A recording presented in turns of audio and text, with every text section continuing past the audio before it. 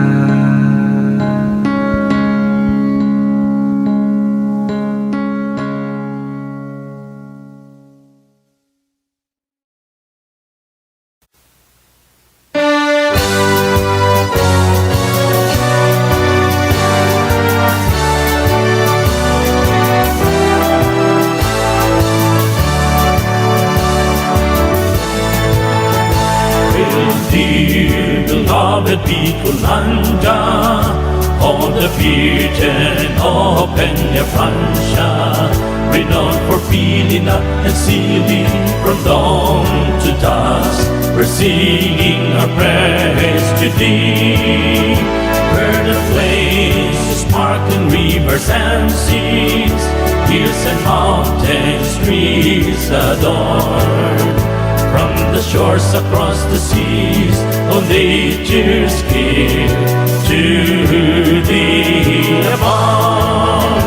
Bicolanda, Bicolanda, our native land, behold. Alpay, Camarines Norte, Camarines Sur, Catanduanes, Masbate, Sorsogon. Mercedes o irikaw, nagalikaw, ligas kita bago sorsogon and masbate, a photo noble hero, land of the free. Oh, Pampayon is watching over thee. Bicolanja, Bicolanja, the home of the Oragons. Fearless warriors, all yet wait. The truth and dignity we give in. Bicolanja, Bicolanja, the home of the Oragons. Fearless warriors, all yet wait. The truth and dignity we give in. The truth and dignity we give in. We give in.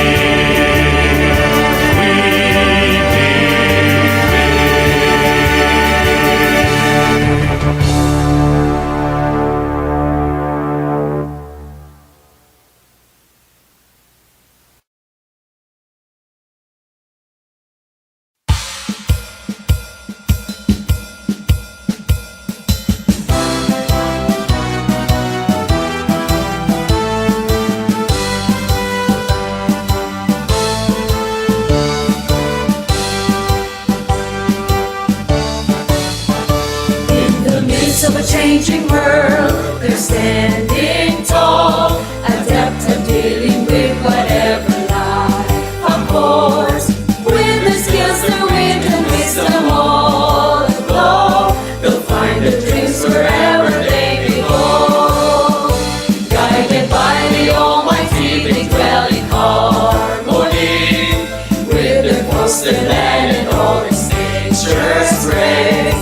Hail to every must, but then you learn who stands in power. They will make our country stand. To make you feel there's so much fun and joy in learning, to keep them safe in every need and right protected, to nurture them and let their passions glow and burning, to light their path and lead them to a righteous life. This is the dream of the division of Masbate, a lifelong quality education for her children. Hand in hand with the leaders, teachers, and the whole community, every noble dream of Masbateños will come true. This is the dream of the division of Masbate, a lifelong quality education for her children. Hand in hand with the leaders, teachers, and the whole community, every noble dream of Masbateños will come true. Come true.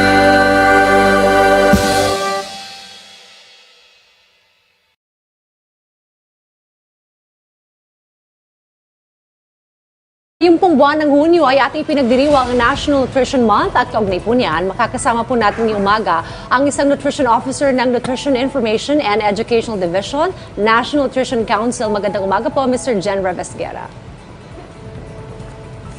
Magandang umaga po sa ating lahat. Malusog at masustansyang umaga po. Happy Nutrition Month po. Isang masustansyang umaga rin po sa inyo. Si Dayan po ito, bakit po mahalaga na ipagdiriwang po natin itong Nutrition Month at bakit po sa buwan ng Hulyo ito pinagdiriwang? Well, yung Nutrition Month po kasi, ang layunin nito is para mapataas pa ang kaalaman ng bawat isa tungkol sa nutrition. No?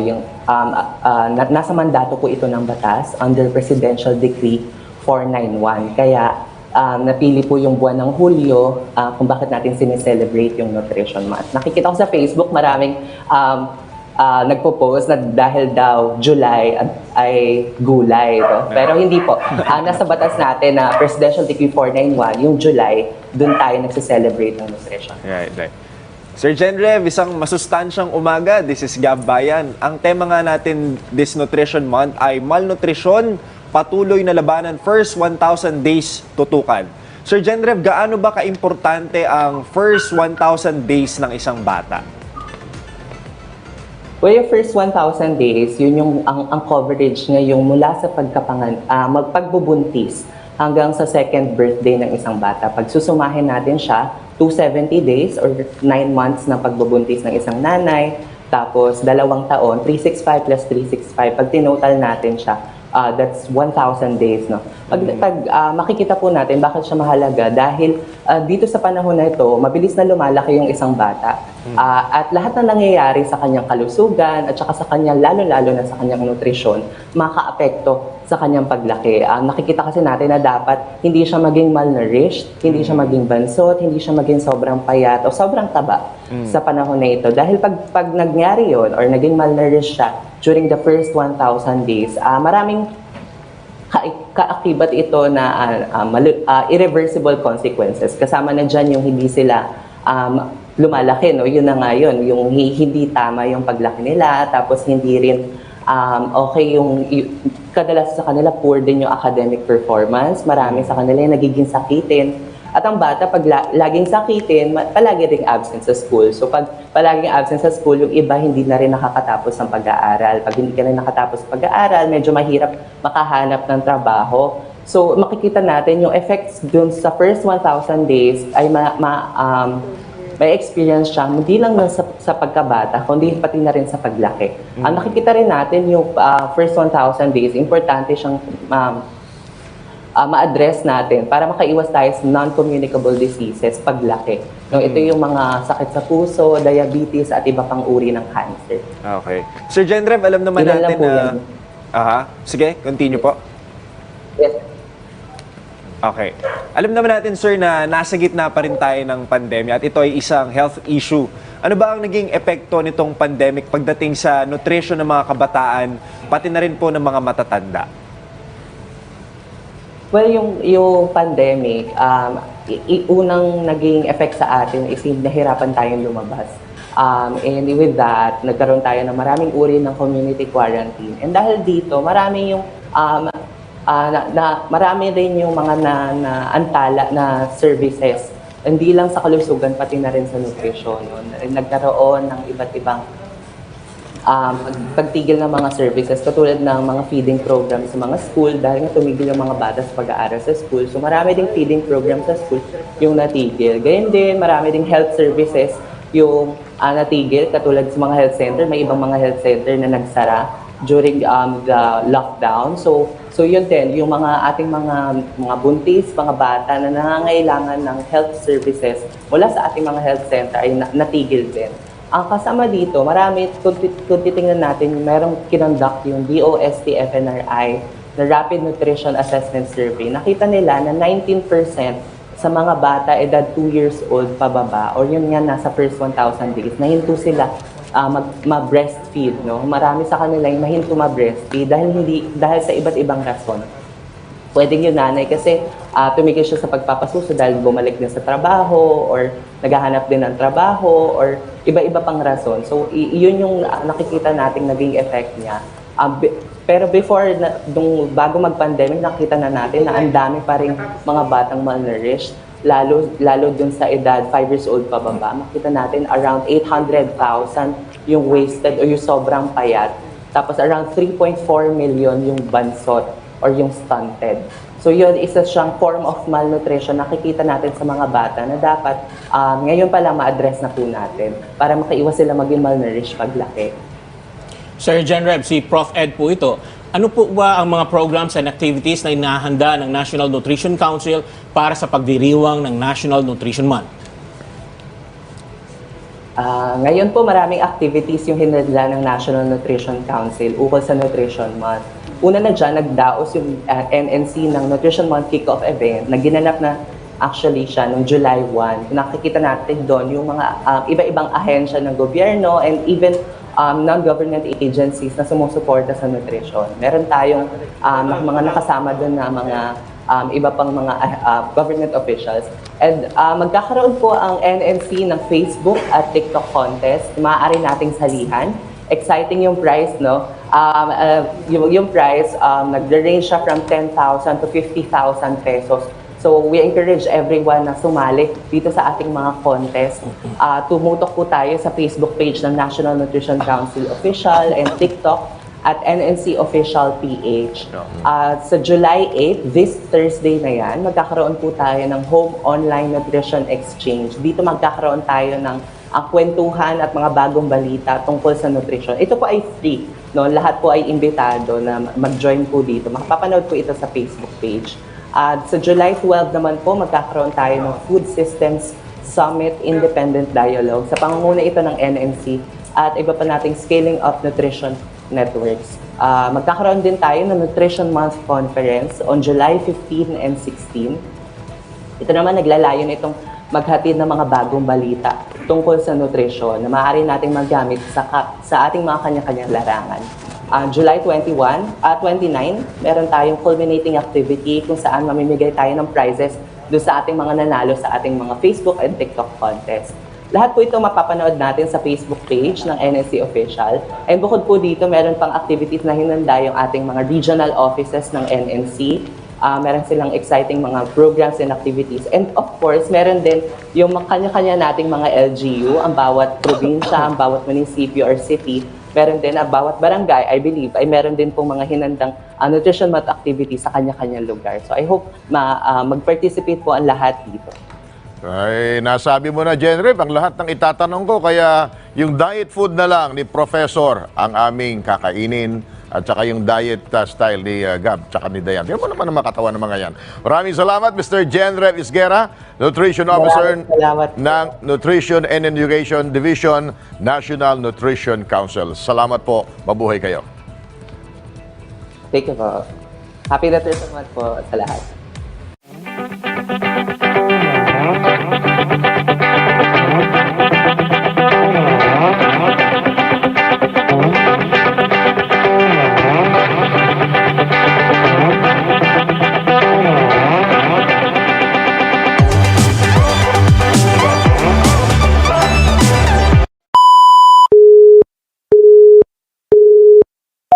A recent survey of the Food and Nutrition Research Institute found malnutrition among children below 5 years old has worsened.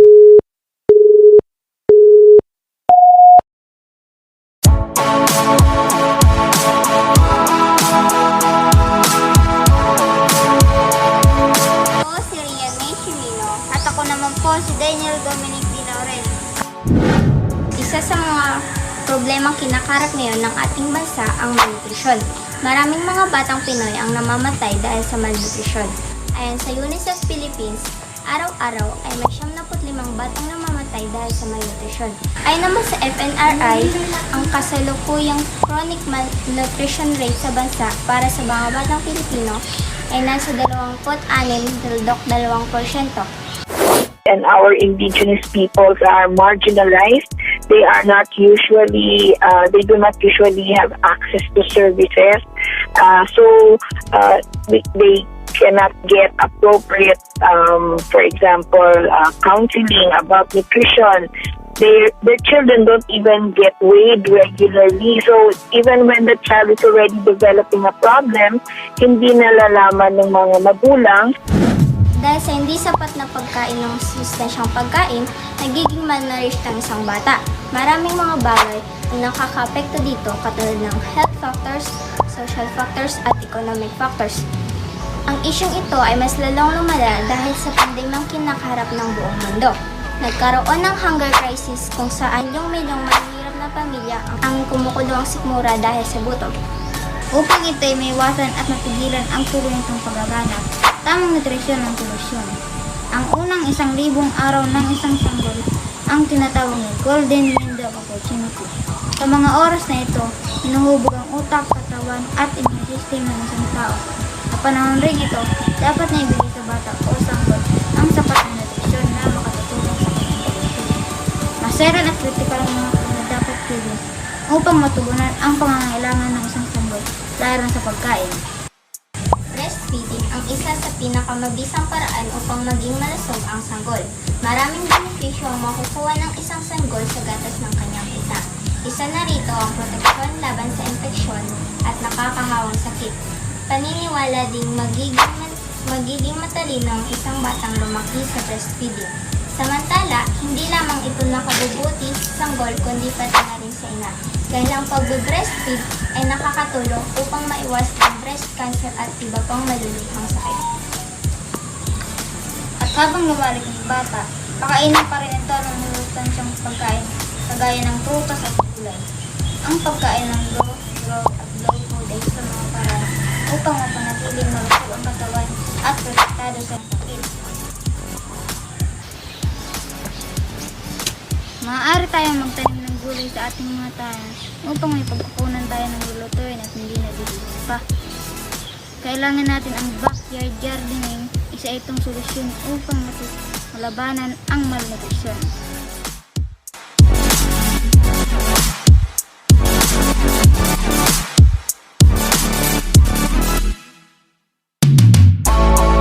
Ito po ulit si Rian H. Emilio. Ako naman po si David Benito Dilaure. Kumain ng gulay upang kumaba ang buhay. Malnutrisyon, patuloy na labanan. First 1,000 days tutukan.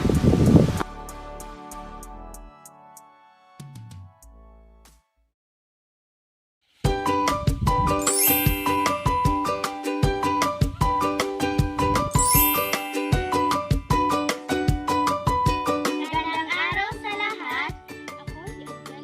Ako si Crystalline. Ako naman si Mary. Tara! Samahan niyo kami sa klinika. Ating alamin mga dapat gawin sa first 1,000 days baby. Gonna make me need better, know that. God given with your friend, you ain't even have me lying on you. Know that, got me. Skip, skip-a-dip, skip. Skip-a-dip-a-dip, skip-a-dip, skip. Whoa, whoa, whoa, whoa, whoa. Skip-a-dip, skip-a-dip, skip. Skip-a-dip-a-dip, skip-a-dip, skip. Whoa, whoa, whoa, whoa, whoa. Mga dapat gawin habang buntis si nanay. Una, uminom ng mga vitamins. Pangalawa, mag-check up kada buwan. Pangatlo, alamin ang tamang paraan ng breastfeeding. Mga dapat gawin pagkapanganak hanggang 5 buwan. Una, ipadama ang unang yakap. Pangalawa, i-breastfeed. Pangatlo, ipa-newborn screening. Si baby, 6 na buwan hanggang 2 taon. Una, nagpa-check up ng regular at bakunahan. Ikalawa, bigyan ng sapat na atensyon. Ikatlo, bigyan ng angkop at masustansyang pagkain.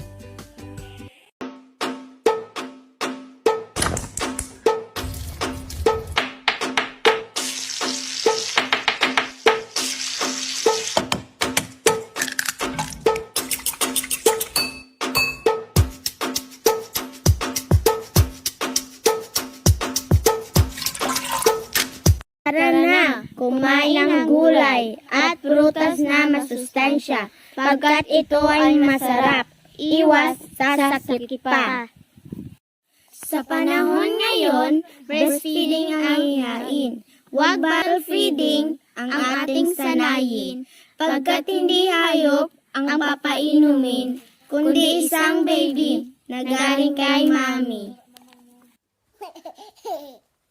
Kaya naman, magsimula na. Malnutrisyon labanan. First 1,000 days with baby, ating tutukan.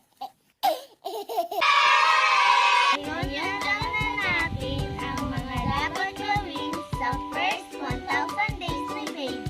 Kaya mga nanay, ito ang inyong tip at ugaliin gawin upang tumaking masigla at malusog si baby.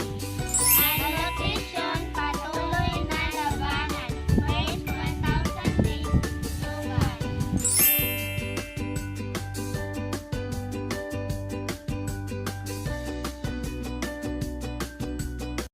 Each passing day, as everyone in all corners of the world are living with so much fears and uncertainties for the future due to COVID-19, the government battle towards hunger and malnutrition continues to be a challenge, especially to those poverty-stricken families.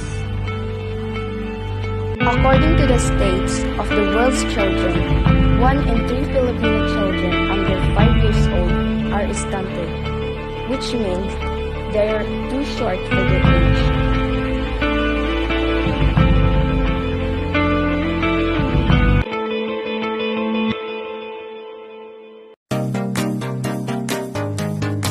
For this video, we are going to show you the importance of first 1,000 days of life and what should a child eat and what nutrients do their body needs.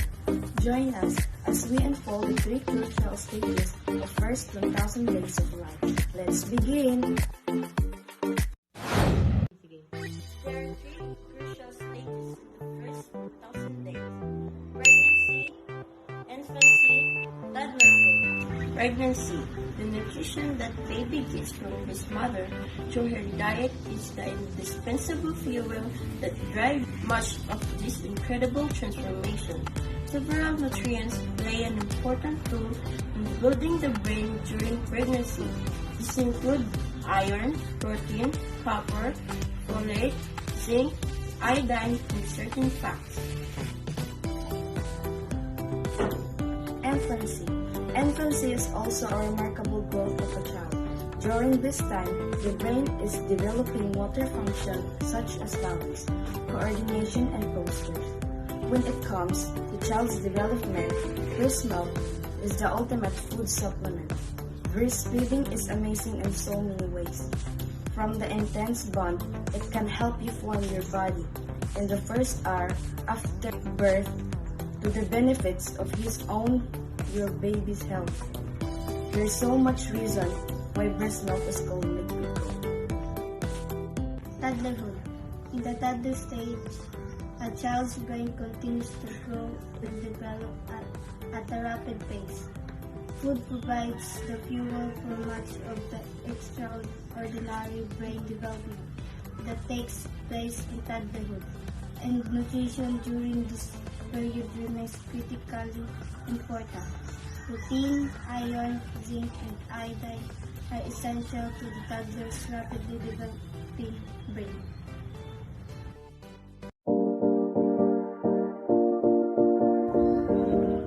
This is Mary Therese. Shahana. Samantha Isabel. Now next time!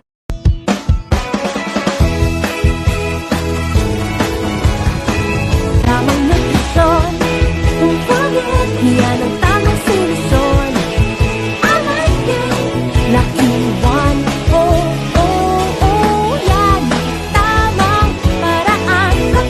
Tamang nutrisyon, kung forget, yan ang tamang solusyon. I like it, Lucky One. Oh, oh, oh, yan ang tamang paraan.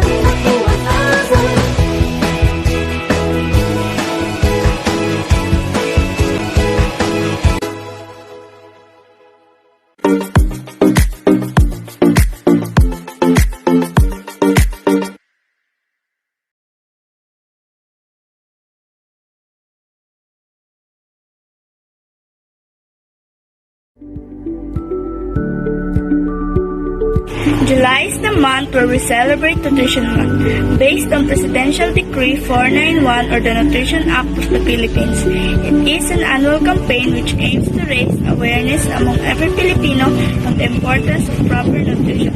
For the 47th Nutrition Month, the theme of the campaign is Malnutrition, Patuloy na Labanan, First 2,000 Days Tutukan. It calls for a continued effort to address malnutrition in the country, which is expected to worsen as a result of the pandemic and limited resources for nutrition. The question is, how are we going to address this? Malnutrition is defined as not having enough energy and nutrients to live a physically and active healthy life. It encompasses both overnutrition and undernutrition.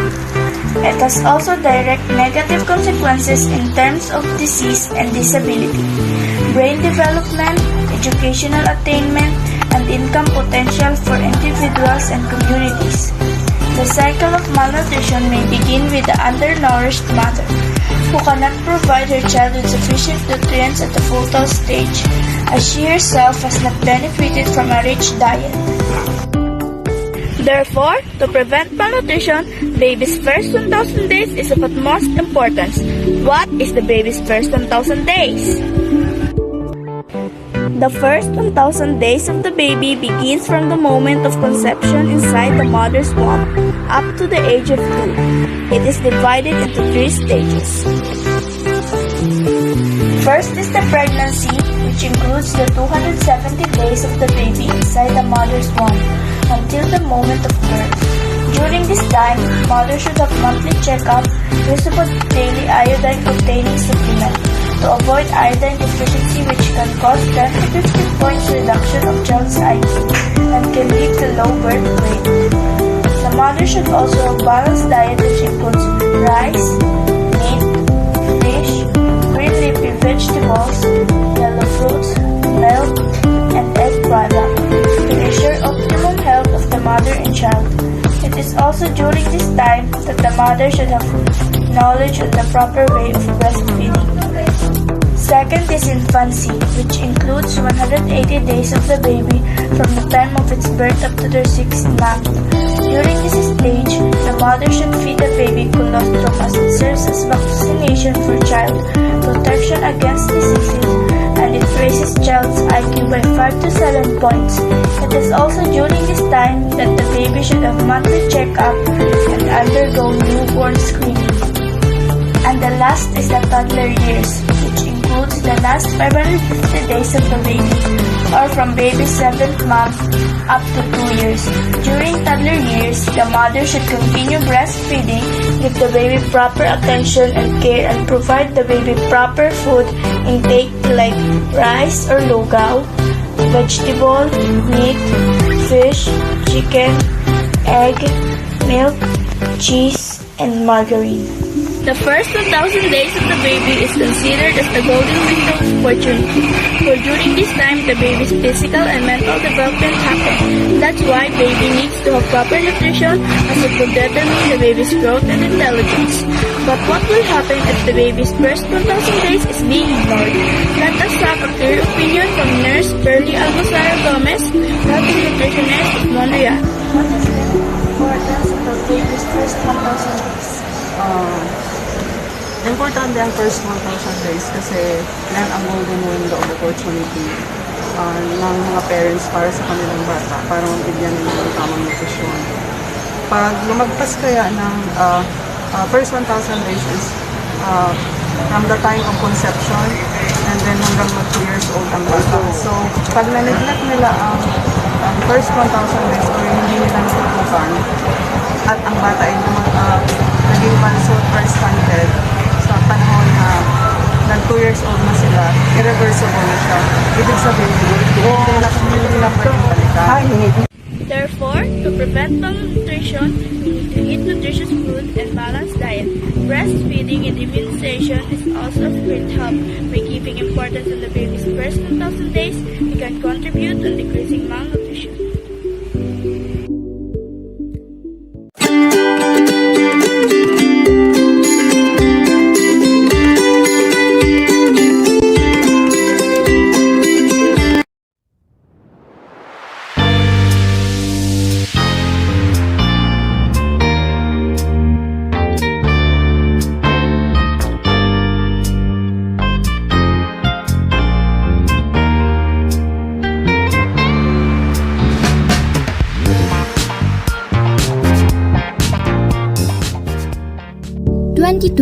is the year when the world is in chaos because of COVID-19. Our health is the most affected by this pandemic.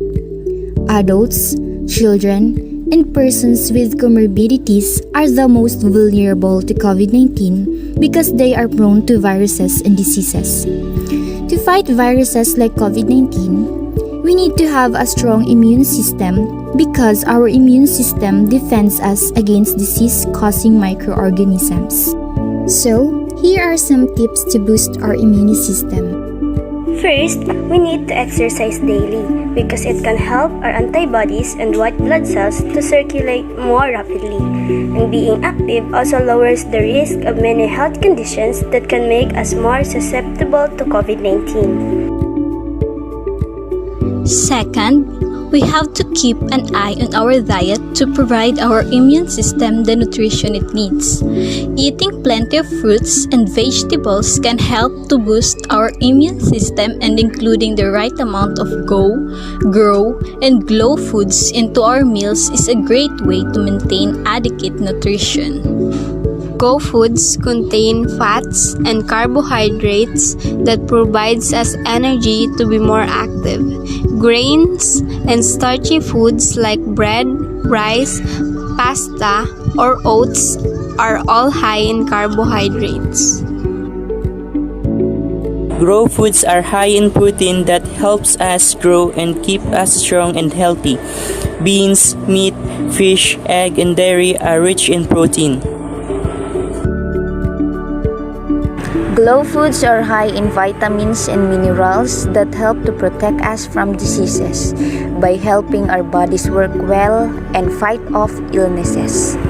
Fruits and vegetables are a good source of vitamins and minerals. Boosting our immune system is not the only way to keep us safe from COVID-19. So, here are some ways to keep ourselves safe. First, protect ourselves and others by wearing a mask that covers our nose and mouth. Second, keep a distance of 1 meter between you and anyone who don't live with you. Third, avoid crowds and indoor locations that aren't well ventilated. Fourth, hands should be washed often with soap and water. If soap and water aren't available, use hand sanitizer or alcohol. Thus, it is important to engage oneself on exercises and other activities that could keep the body active. And always remember to include the Go, Grow, and Glow foods in our everyday meal, because a healthy body keeps the virus away.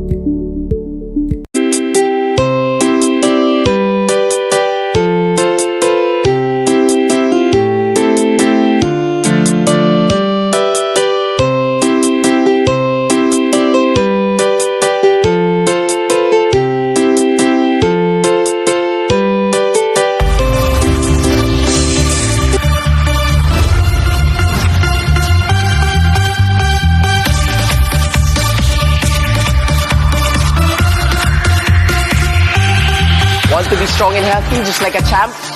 Madali lang yan. Just get active. Mag-energize with a mug of Milo and watch on to know how you can keep healthy the fun way. Go Milo champion, go be a champ. Go Milo champion, go be a champ. Let's go. Go Milo champion, go be a champ. Go Milo champion, go be a champ. Everybody in the school, we are all good. Not just kids, we are champs. Getting in the groove. All our dreams, all our hopes, we all let it out. Growing up, building champions, we'll shout. We're growing up with the winning energy. Winning each day. Every day with Milo. Now we're ready to last the day. We're growing up with the winning energy. Winning each day.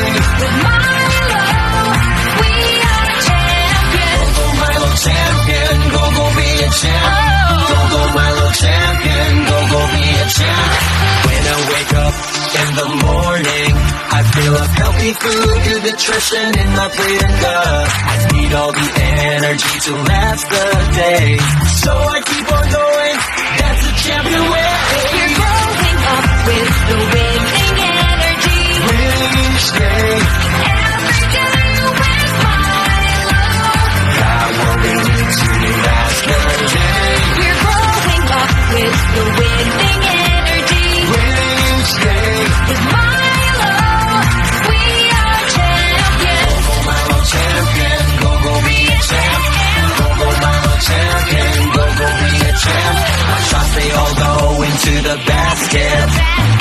Targets are always on target. I may fall, but I'll make it to the finish line. I always get up every single time. 'Cause I'm a champion. We're growing up with the winning energy. Every day is mine.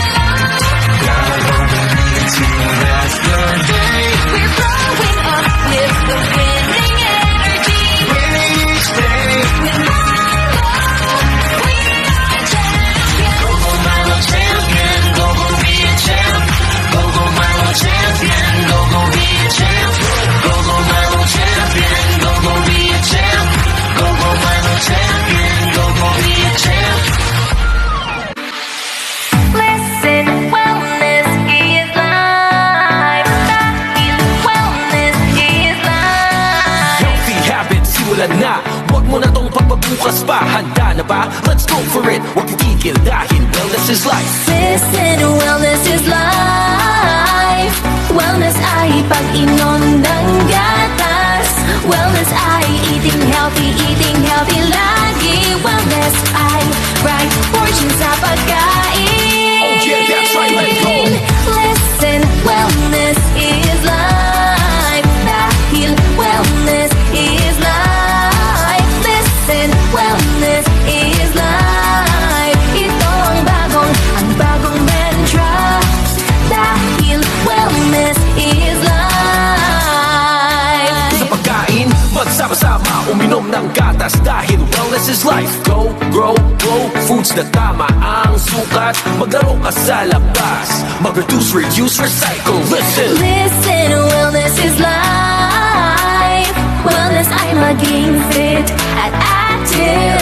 Wellness ay washing hands ng tama. Wellness ay pag-alaga sa planeta. Listen, wellness is life. Dahil wellness is life. Listen, wellness is life. Ito ang bagong mantra. Dahil wellness is life.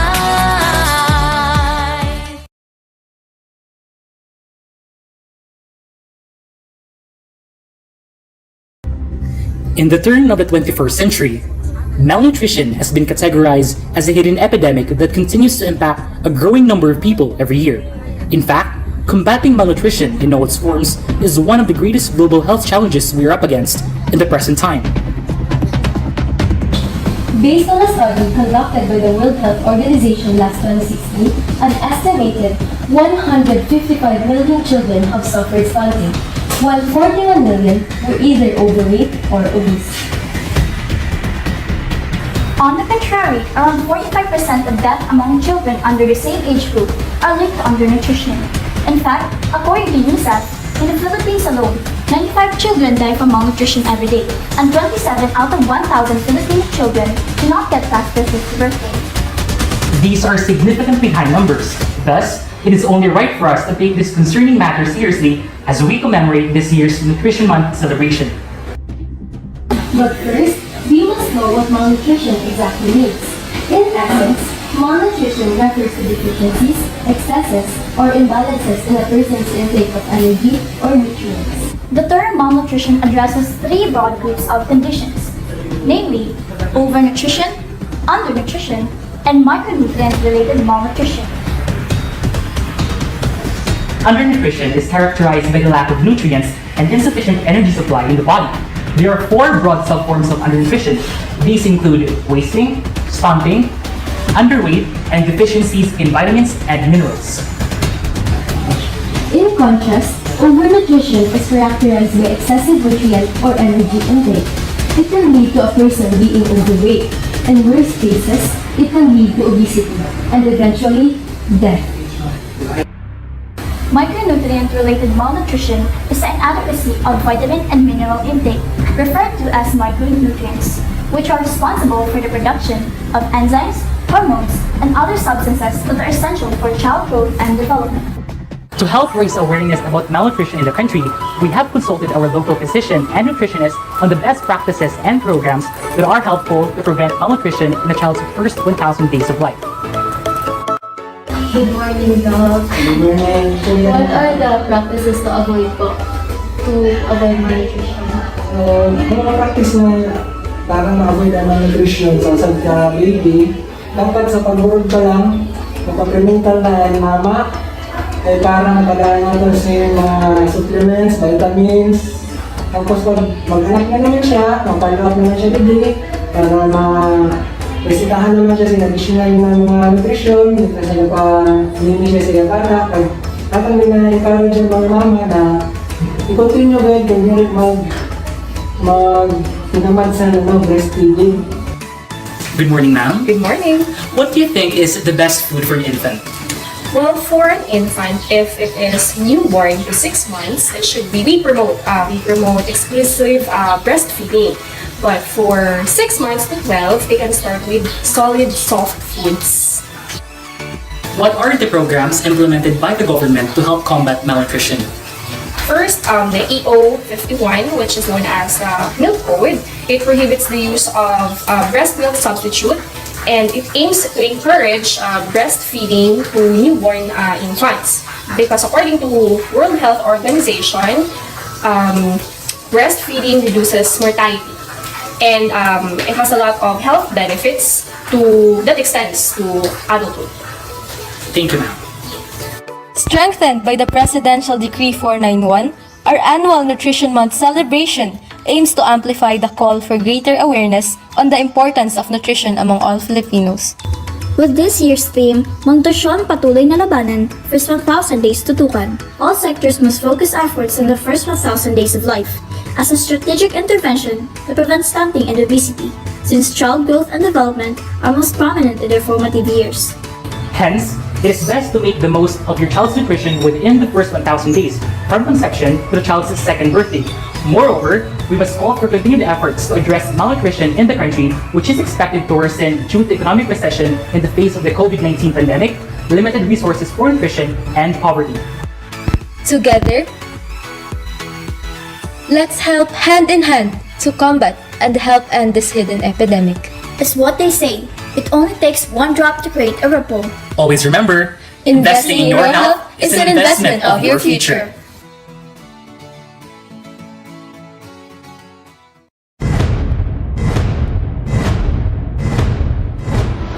COVID-19 pandemic is continuously worsening of all forms of malnutrition, one of which is lack of proper nutrition caused by not having enough food or not eating enough food containing substances necessary for growth and health. It occurs when the body does not get enough food. It can be lead to delayed growth, low weight, or wasting. Nutritious food are another factor which sometimes lead to obesity. According to the State of World's Children, Food and Nutrition reveal that 1 out of 3 Filipino children under 5 years old are stunted, which means they are too short for their age. And roughly, 7% of Filipino children are too thin for their height. Increased vulnerability disease due to poor health-seeking behavior, incomplete immunization, poor hygiene and care practices, and inadequate diet both in quality and quantity causes undernutrition in early childhood. Presidential Decree 491 in 1974 declared that Nutrition Month shall be held every July to create greater awareness on the importance of nutrition among Filipinos. The law mandates the National Nutrition Council to coordinate and lead the nationwide campaign. Malnutrisyon, Patuloy na Labanan, First 1,000 Days Tutukan is the 2021 nutrition theme. Ang unang 1,000 araw ng baby mula sa pagbubuntis ng ina hanggang sa ikalawang taong gulang nito ay itinuturing na golden window of opportunity, kung saan mahalaga na mabigyan ng tamang nutrisyon ang mag-ina para masiguro na tama at malusog ang paglaki ni baby. Kung ikaw po ang tatanungin na naisip, ano kaya ang maaari niyo pong gawin upang magampanan ang pagbubuntis hanggang sa ipanganak ang isang sanggol? Bilang isang ina, malaki ang tuturing ko sa aking magiging anak. Simula sa pagbubuntis, ito ay nangangailangan ng seryosong pag-iingat at pag-aalaga. Kaya naman, kailangan kong alamin ang mga paraan upang malabanan ang malnutrisyon, katulad ng pagpapabakuna, pagkain ng masustansya, pagpapasuri sa doktor, buwan ng pagpapasuri sa doktor, ehersisyo at iba pa. Salamat sa pagbabahagi ng iyong kaalaman, Nanay Hazel. Mahirap para sa isang ina na gawin ang lahat ng kanyang tungkulin kung wala ang tulong ng isang ama. Ngayon, tanungin po naman natin si Tatay Josiah. Ano naman po ang pwede niyong maibahagi sa amin bilang isang tatay? Ako po, bilang isang ama ng sanggol na pinagbubuntis ng aking asawa, ang maaari kong maitutulong ay ang pag-aalaga sa aking asawa sa pamamagitan ng pagtulong pinansyal, moral, pisikal, at higit pa sa lahat ay ang pananatili sa kanyang tabi upang siya ay paglikuran. Isang makabuluhang kaalaman ang ibinahagi ng mag-asawa sa atin. Parents play the most important role in overall development of their child. It is the right guidance of parents that develops the character of the child. It is not something you can get away from once the time comes, because children need their parents from time to time to stay on the right track. The proverbs that the apple does not fall far from the tree and that the branch grows as the twig grows can well describe the effects on parenting styles on child growth and development. Roger Soros says, the first 1,000 days, a crucial time for mothers and children and the world.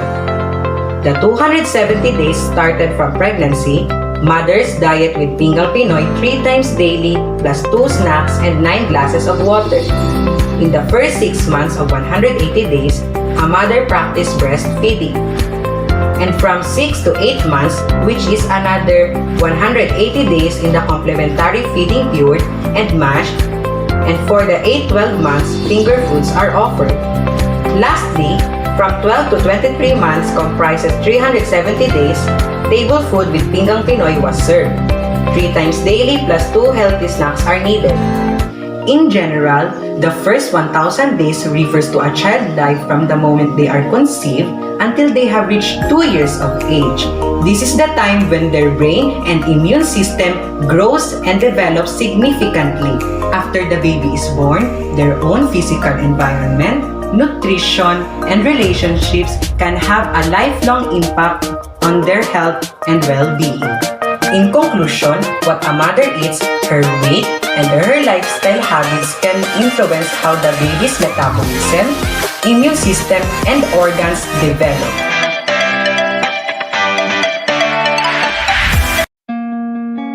The youth is the hope of the nation. This is one of the most famous quotes of Dr. Jose Rizal. However, this saying is quite uncertain in this period of time where malnutrition is a global issue and keeps on getting worse day by day. Children are the most evident victims of malnutrition. Globally, in 2020, 149 million children under 5 were stunted or too short for their age, 45 million were wasted or too thin for their height, and about 38.9 million were overweight or obese. Around 45% of deaths among children under the age of 5 are linked to undernutrition. These deaths occur in developing countries, mostly in Asia and Africa. Malnutrition encompasses all forms of poor nutrition, whether it be excess consumption of nutrients, usually afflicting the obese, or inadequate consumption of nutrients that leads to wasting and stunting, common among those suffering from extreme and prolonged hunger. Among the various forms of malnutrition, stunting is deemed to be the worst and it remains prevalent. The effects of malnutrition are irreversible, and because of this, children become more vulnerable to diseases such as pneumonia, diarrhea, measles, or even HIV/AIDS. It can also affect a child's academic performance, which in turn hinders them to have a better life.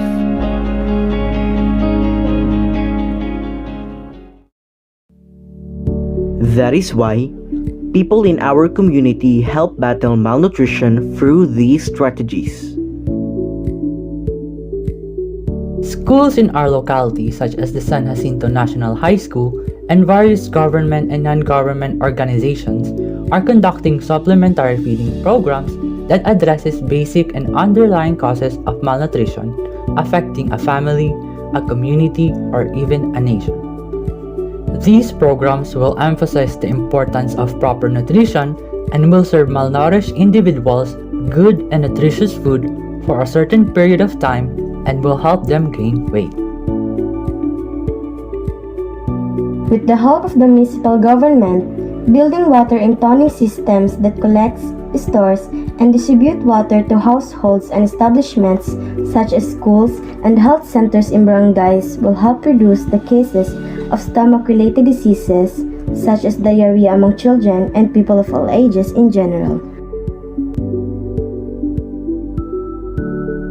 One way to make sure that different types of food in the main food groups, like vegetables, fruits, proteins, grains, and dairy, are available to the community is through the implementation of community and school gardening projects. This will allow individuals to have the freedom in selecting food that is essential for healthy eating. Vegetable, fruit, and crop farming, food processing, food vending, handicrafts, and livestock raising will help families to become more aware and active and earn extra money to support their needs. Health centers in barangays are very important to let adults, especially pregnant women, learn about proper diet for safe and healthy pregnancy, as well as the kinds of foods that infants need in their first 1,000 days of life. These are few of the programs that people are doing to ensure that the youth are able to have a proper food and nutrition and have a better chance in life.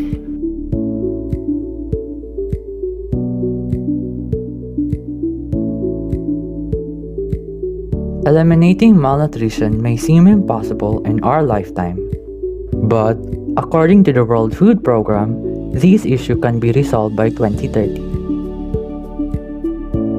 Reducing food wastage, investing in your personal hygiene, being an advocate for a healthy food diet, and supporting local and school projects for nutrition matters are few of the minor things that we can do as citizens to make contribution in this fight against malnutrition. Small steps could lead to bigger solutions. If the issue of world hunger can be resolved in our lifetime, wouldn't you be willing to help? Be a part of the solution to malnutrition.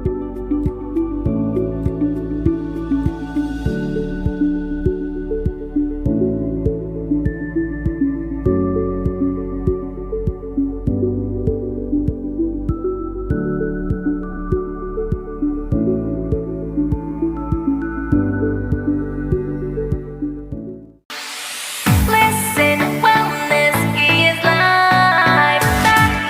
Wellness is life. Healthy habits, simulan na. Huwag mo na tong What's up, guys? This is your Divine Grace Jocampo, and I'm your Bondage Christian Way. Come with us as we are about to explore on how we can go healthy, grow healthy, and grow healthy. Because wellness is life nga naman. Kaya how about let's start off our day with these tips of effective healthy habits na ating magagamit in our daily lives. At isa na doon ang choosing the right portion of foods and drinks. So, let's talk about healthy diets. One great way of this is to follow the food pyramid food quantity consumption as your daily eating habits. Ngunit, ano nga ba ang food pyramid? Ang food pyramid ay isang representasyon ng pinakamainam na bilang ng mga paghahatid na kinakain araw-araw mula sa bawat isa sa mga basic food groups. Narito ang ating mga servings guide according to the pyramid. For foods and drinks high in fat, sugar, and salt, they should be consumed less o huwag araw-arawin. For foods with proteins tulad ng meat, poultry, fish, eggs, beans, and nuts, they should be consumed 2 servings a day. For foods all about dairy tulad ng milk, yogurt, butter, and cheese, they should be consumed 3 servings a day. For foods of carbohydrates such as wholemeal cereals and breads, potatoes, pasta, and rice, they should be consumed 3 to 5 servings a day. Para naman sa mga pagkain na may extreme nutrition to our health, which are the fruits and vegetables, inire-rekomenda ng mga doktor na to eat 5 to 7 servings a day. Kasi nga pinupunan nito ang ating katawan with vitamins and minerals, that allows us to stay safe and be strong. Hi guys! So now we're here at Residensya Picasa Senior Memorial High School. I heard na marami silang naisagawang mga pananim which are all about fruits and vegetables. And what better more to explore, promote, and save some money from buying food is to plant nga, di ba? Tama. Moreover, ay mas magiging malusog ka pa. So, now let's take a look at their garden. Tara!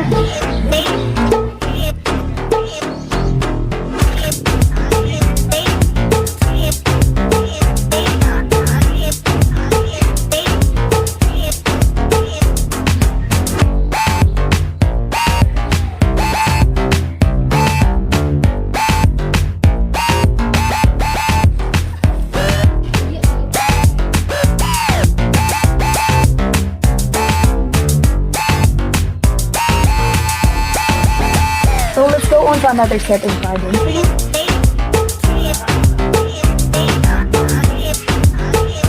So ayun na nga guys, now we already know that eating healthy can help us live healthy.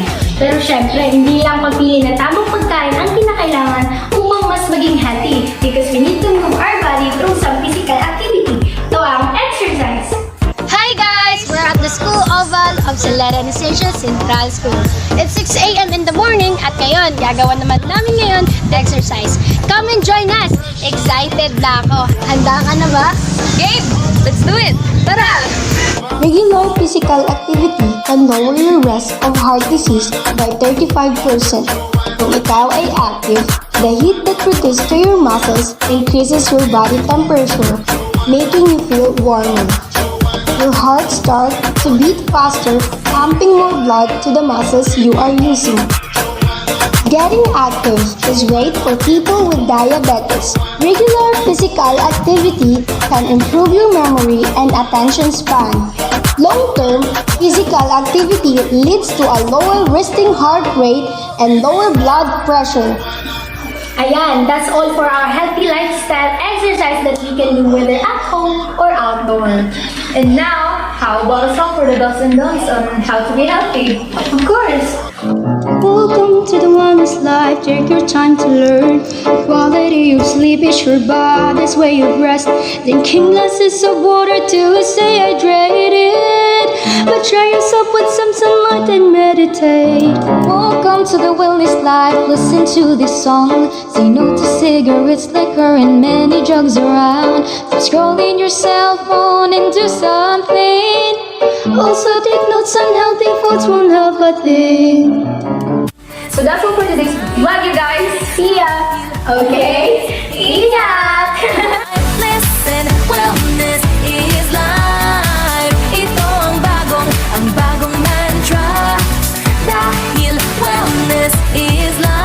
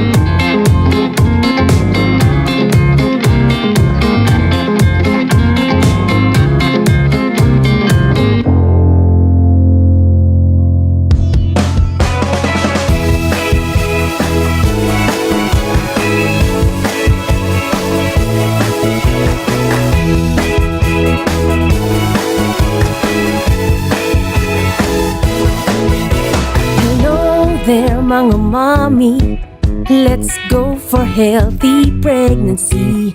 Tamang pagkain ng dapat para malusog kayo ni baby. Remember mga nanay, breastfeeding malaking bagay. Ito'y ipagpatuloy kahit na over 2 years old. Tamang nutrisyon, kung forget, yan ang tamang solusyon. I like it, laking one, oh, oh, oh, yan ang tamang paraan. Tamang nutrisyon, kung forget, yan ang tamang solusyon. I like it, laking one, oh, oh, oh, yan ang tamang paraan.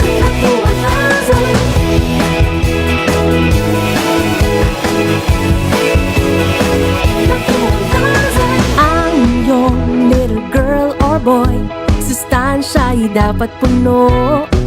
Susi sa tamang paglaki, go grow glow food na handa mo.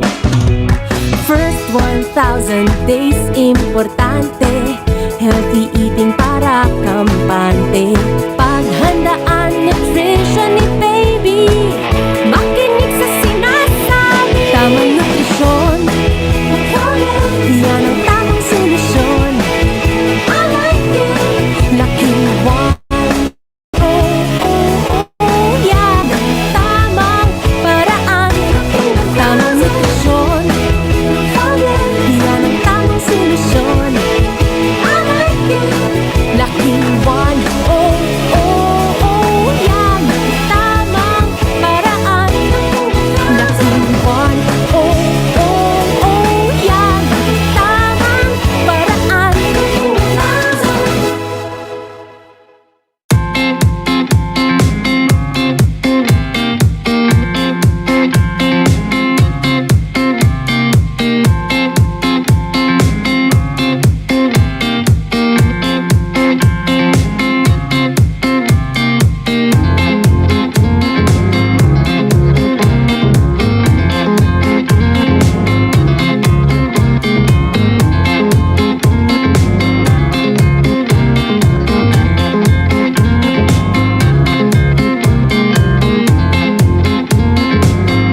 Schools Division Superintendent Mrs. Nena Rosal Marioles, to our two Assistant Schools Division Superintendent Mr. Joel E. Kaolboy and Mr. Fernando C. Macaraig, to our CID Chief Mrs. Dorothy L. Daniel, to the SGOD Chief Mr. Mark H. Rupa, to all public schools district supervisors, secondary school heads, elementary school heads, coaches, participants, good day.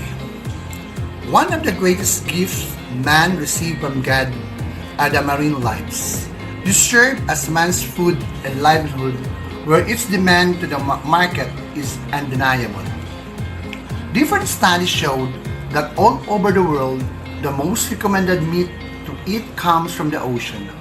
Aside from its freshness, it has been proven also that its nutritional value makes our body stronger and more life to live in. However, the fact tells us that along modernization comes also animal extinction underwater. Scarcity of marine life brings problem not only to one but most specifically to our government, where small fishers are mostly affected. This brings food shortage, famine, and low income by some businesses to the world market. Yet despite of the threatening phenomena, the government still clings for assurance. With this, varied programs for the rehabilitation of marine sanctuaries are launched, reaching cities to various. Can we also give our share for the protection of marine species, while our lives are also endangered due to this pandemic? And that yes, there is no such blindness of truth as we had only will to the part of our government's problem. We can provide safe and clean bodies of water if we only mind as to what are happening to the universe. proper dumping of our waste through burying them could help our plants grow more and productive. Furthermore, the application of the most popular 4Rs for the clean and green environment is an avenue towards safer ocean. At home, we do our laundry and some household chores where soap is used. We must be reminded that suds of detergent soap that flow going to the river in kind of bodies of water could also cause harm to marine life. It could only poison them and even the consumers. Therefore, one must be responsible for his or her possible action. So, ladies and gentlemen, aside from these facts, we have learned too that the use of dynamite, cyanide, small holes of net in fishing are strictly prohibited. They may destroy or kill not only small fishes, but the habitat of marine life, and takes years again to bring back what has been lost from the ocean. But surprisingly, many still are doing it. If these activities could continue to transmit generation to generation, what would happen to the next life? Safer ocean starts at home, according to experts. But how could one be a contributor for a safer ocean? The willingness to mind problem is hard to find from us. Hope this is not true. Thank you and God bless.